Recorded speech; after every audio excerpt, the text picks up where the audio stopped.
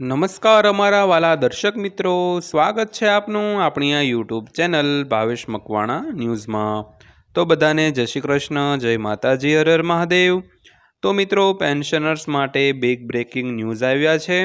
તો નિવૃત્તિ પામેલ 60 વર્ષ ઉપરના પેન્શનરો માટે આવ્યા છે સૌથી મોટા બિગ ગુડ ન્યૂઝ। તો સરકારે જાહેર કર્યો છે લેટેસ્ટ જીઆર।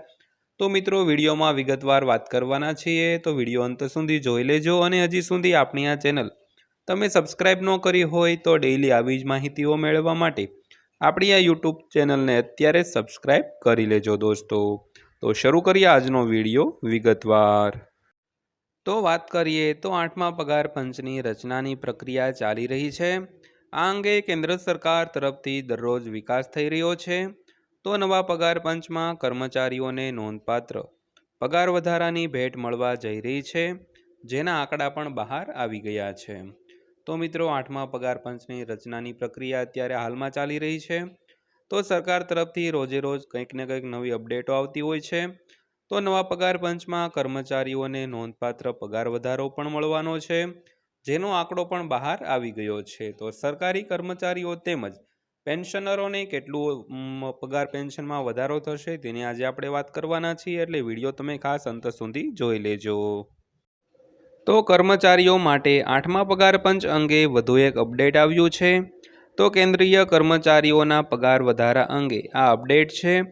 તો કર્મચારીઓના પગારમાં મોટો વધારો થવાનો છે, નાનો નહીં। તો નવા પગાર પંચ સંબંધિત તમામ અપડેટ્સ અમે તમને જણાવીશું। તો ત્યારબાદ વાત કરીએ તો જાન્યુઆરીમાં મંજૂરી મળી હતી। તો 2025ની શરૂઆતમાં જ કેન્દ્ર સરકાર દ્વારા કર્મચારીઓને ભેટ આપવામાં આવી હતી। તો કેન્દ્ર સરકારે 8મા પગાર પંચને મંજૂરી આપી। આનાથી કર્મચારીઓના પગાર અને પેન્શન ધારકોના પેન્શનમાં વધારો થવાનો માર્ગ મોકળો થયો છે। તો દર્શક મિત્રો, વર્ષની શરૂઆત એટલે કે જાન્યુઆરી 2025માં કેન્દ્રીય કેબિનેટની બેઠક યોજાણી હતી। તેમાં 8મા પગાર પંચની રચના છે તેને મંજૂરી મળી હતી, અને તેમાં પેન્શનરો અને સરકારી કર્મચારીઓનો પગાર અને પેન્શન વધારવાનો માર્ગ છે તે મોકળો થયો છે।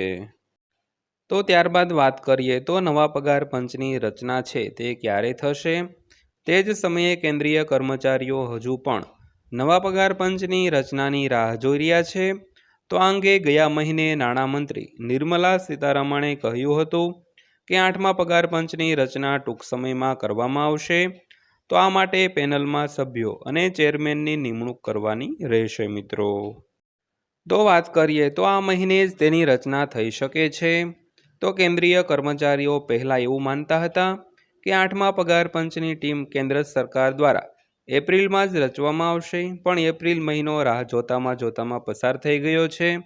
તો દરમિયાન સંદર્ભની શરતો અને અન્ય પ્રક્રિયાઓ ચાલુ રહી। તો તાજેતરમાં દેશના લાખો કેન્દ્રીય કર્મચારીઓ અને પેન્શનરો 8મા પગાર પંચની રચનાની રાહ જોઈ રહ્યા છે। તો સરકાર મે મહિનામાં તેની રચના કરી શકે છે। તો પગાર ફિટમેન્ટ ફેક્ટર દ્વારા છે તે નક્કી કરવામાં આવશે। તો મીડિયા રિપોર્ટ્સ અનુસાર આ વખતે ફરી કેન્દ્રીય કર્મચારીઓનો પગાર ફિટમેન્ટ ફેક્ટરને આધારે નક્કી કરવામાં આવશે। તો ફિટમેન્ટ ફેક્ટર એક ગુણાકાર સંખ્યા છે, જેના દ્વારા કર્મચારીઓના જૂના મૂળ પગારને નવા પગારમાં રૂપાંતરિત કરવામાં આવે છે। તો કર્મચારીના જૂના બેઝિકને ફિટમેન્ટ ફેક્ટર સાથે ગુણાકાર કરવામાં આવશે। આમાં જે નંબર આવશે તે કર્મચારીઓનો મૂળ પગાર હશે દોસ્તો। તો ત્યારબાદ વાત કરીએ તો 7મા પગાર પંચમાં ફિટમેન્ટ ફેક્ટર પણ લાગુ કરવામાં આવ્યો હતો। તો 1 જાન્યુઆરી 2016ના રોજ 7મા પગાર પંચમાં પણ ફિટમેન્ટ ફેક્ટર લાગુ કરવામાં આવ્યો હતો। તે સમયે સરકારે 2.57નો ફિટમેન્ટ ફેક્ટર લાદ્યો હતો। આના કારણે બધા કર્મચારીઓના પગારમાં 2.5 ગણાથી વધુનો વધારો થયો હતો। તો કર્મચારીઓનો લઘુત્તમ મૂળભૂત પગાર 7,000 રૂપિયાથી વધીને 18,000 રૂપિયા થઈ ગયો હતો।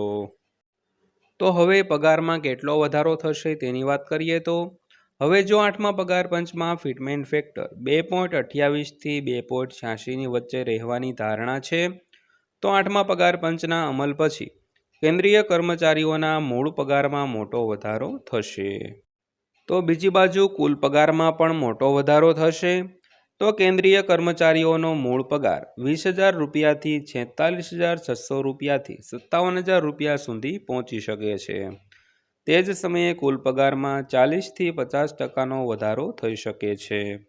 તો જ્યારે મૂળ પગારમાં 186% વધારો થશે।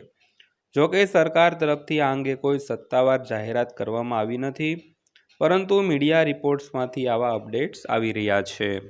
તો મિત્રો, આ હતી આજની માહિતી પસંદ આવી હોય તો વિડીયોને લાઈક કરજો અને આવી જ માહિતીઓ રોજે રોજ જોવા માટે આપણી આ ચેનલને સબસ્ક્રાઈબ કરી લેજો।